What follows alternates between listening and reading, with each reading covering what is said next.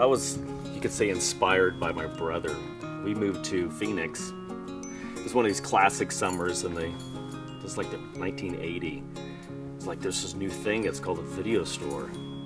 And you can bring movies to your house and kind of watch them. It's like, no, is that possible? It was about 6 months later, this independent video store opened up. It was called Sounds Easy. So Chuck would hang out there every day and got to know him, and he started managing it within 6 months. And he goes, oh man, one of our managers quit at one of the locations. Do you want to be a manager for one of the video stores? And I was like, yeah, that sounds awesome. We got so good at it as far as marketing and just getting customers. It's like, you guys are awesome. Why don't you just go open up a video store for us? It's like, okay, sure. So we went to Flagstaff and opened up a store for them. And pizza's kind of a slacker, kind of standard food for watching movies. People want beer, so we created I Love Video Pizza. It was a full-size restaurant. We created our own pizza from scratch, and you could get pizza, videos, and beer delivered to your place. And we did that for about 6 years, and it's like, no, this is it was a lot of work, and it wasn't kind of doing the bottom line we wanted to. So it's like, oh, let's just kind of focus. There's this kind of new cultural kind of trend that people really want these kind of larger independent video stores.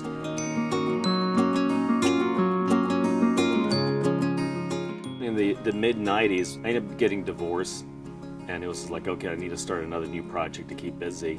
And it was also a period of time where you're kind of looking at the video stores. DVD started coming into the market, and that was like the new sort of thing that was coming in. It's like, the video stores are history because no one's going to want to rent movies anymore. Everyone is going to buy them. Being a businessman, let's hedge our, sort of strategy. And there's this new thing, coffee, that's kind of come up in the country. It was a new concept that was been introduced to this country. It's like, oh, let's just start this coffee culture where people can actually hang out in this environment and just chat and talk and drink coffee and tea and just kind of chill. It's like, oh, that sounds pretty interesting. Let's just kind of venture that. So that began Spider House. It started off as a small coffee house for years, and we started kind of growing the courtyard year by year. But it's about 3 years ago, we acquired the building next door, and what ended up happening was that friends and employees was, hey, can I do an art show there? Can I do a play there? Can I do this and that?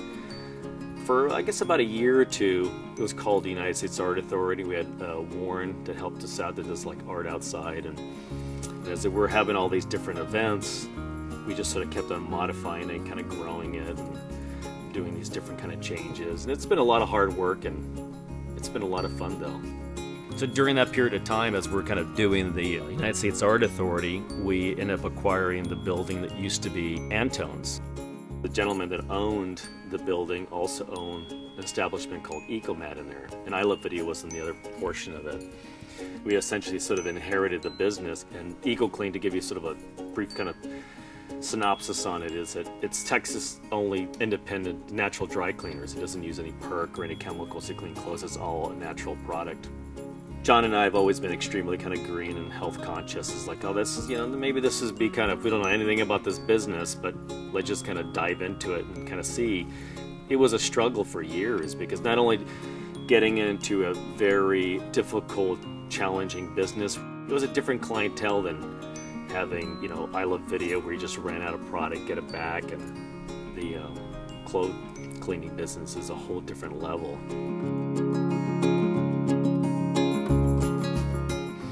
People, it's like, oh, you're successful. It's like, it's weird as you get older, you don't kind of perceive yourself that way. The best advice for small businesses is not to follow the rules, because it's really kind of unfortunate that in our system, our bureaucracy doesn't allow for that creativity that has made this, country great and the world great. That's what you kind of need more of. It's not this narrow-minded thinking inside the box that gets you really frustrated, and just a lot of money and a lot of time. And most people just don't have that tenacity and the gumption to just go out there and kind of do it and get hit in the face and fall down and get back again and then back again, because that's what it'll do to you. It's pretty crushing if you want to follow the parameters, the rules.